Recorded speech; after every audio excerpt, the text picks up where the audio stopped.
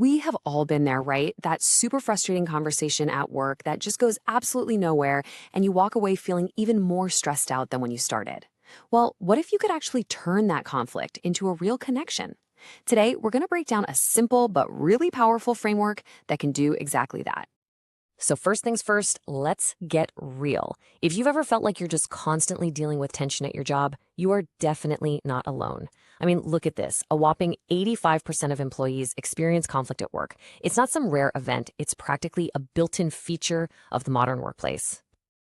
And, that conflict gets even harder to handle when you think about this.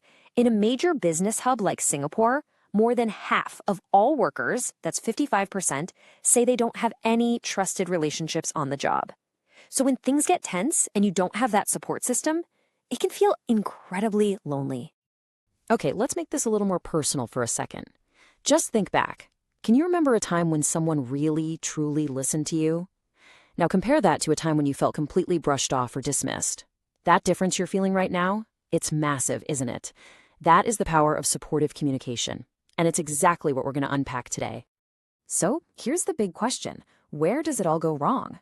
Well, it usually happens in those small, everyday chats that just kind of spiral into a huge misunderstanding. To figure out how to fix it, we first have to see what a broken conversation actually looks and feels like.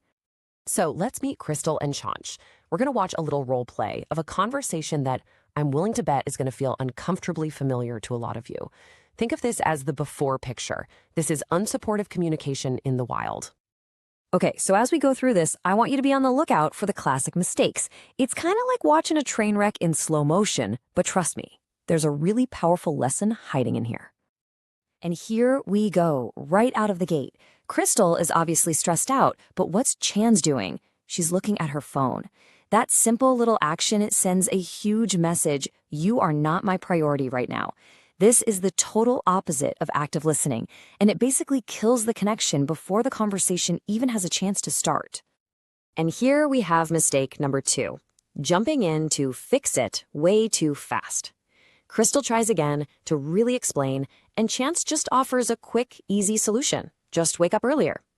It sounds like she's trying to be helpful, but what it really does is dismiss everything Crystal's feeling. It just steamrolls right over the real problem. Ouch. And this is the moment where it goes from just being unhelpful to being actually hurtful. Mistake number 3 is judging. Chanchi makes it personal. Instead of listening to what's happening with the team, she basically attacks Crystal's character. Now, the conversation isn't about the workload anymore, it's about Crystal's supposed weakness. And finally, the knockout blow, the interruption. Crystal tries to defend herself, and Chan's just cuts her right off. This is the ultimate shutdown. The conversation is dead, and Crystal is left feeling completely unheard, judged, and totally alone with all her stress. Okay, that was kind of rough to watch, wasn't it? But here's the good news. There is a much, much better way, and it's not super complicated, but it does have to be intentional. So let's get into the solution, the secret recipe for building a stronger connection. Here they are, the 4 pillars of supportive communication. We've got active listening, validation, empathic inquiry, and clarity and respect. Just think of this as your new roadmap for turning those frustrating moments into genuine opportunities for connection. Let's break down each one. First up, active listening. Now, this is so much more than just not talking. It's about being present. It means putting your phone down, making eye contact, and quieting that little voice in your head that's just waiting for its turn to speak. When you do that, you create a space where people feel safe enough to actually be honest with you. Next, we have validation. And this is so important, so listen up. Validation is not the same thing as agreement. You don't have to think your coworker is right to acknowledge how they're feeling.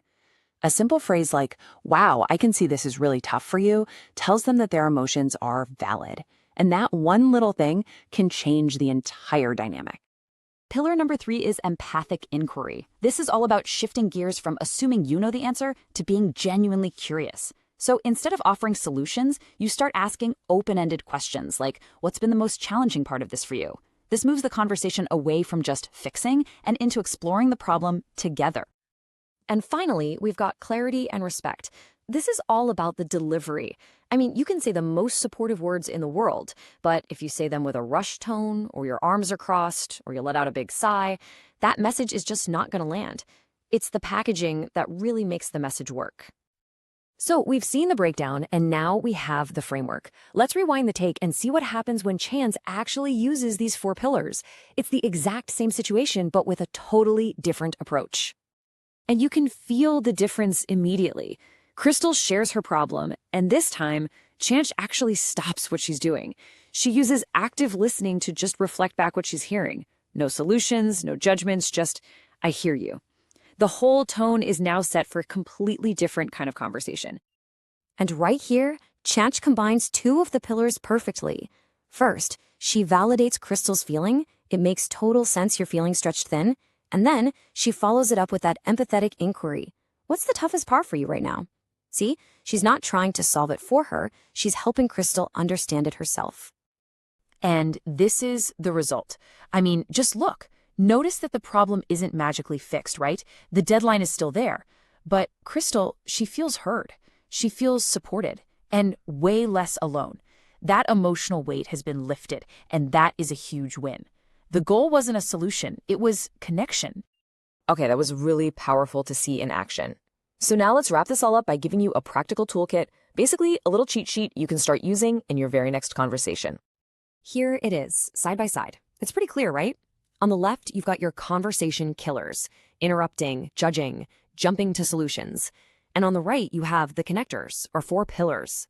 The whole goal is to consciously shift yourself from the stuff on the left to the stuff on the right.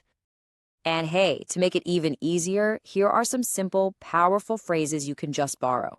Sometimes just having the right words ready to go can make all the difference. Try using one of these next time a colleague seems stressed out. You might be really surprised by the response you get. And we're going to end on this one last thought, which is really the golden rule of all of this. Before we rush in to fix or advise or solve, our first and most powerful job is just to listen. Because more often than not, people don't really need our brilliant solutions. They just need to feel heard first.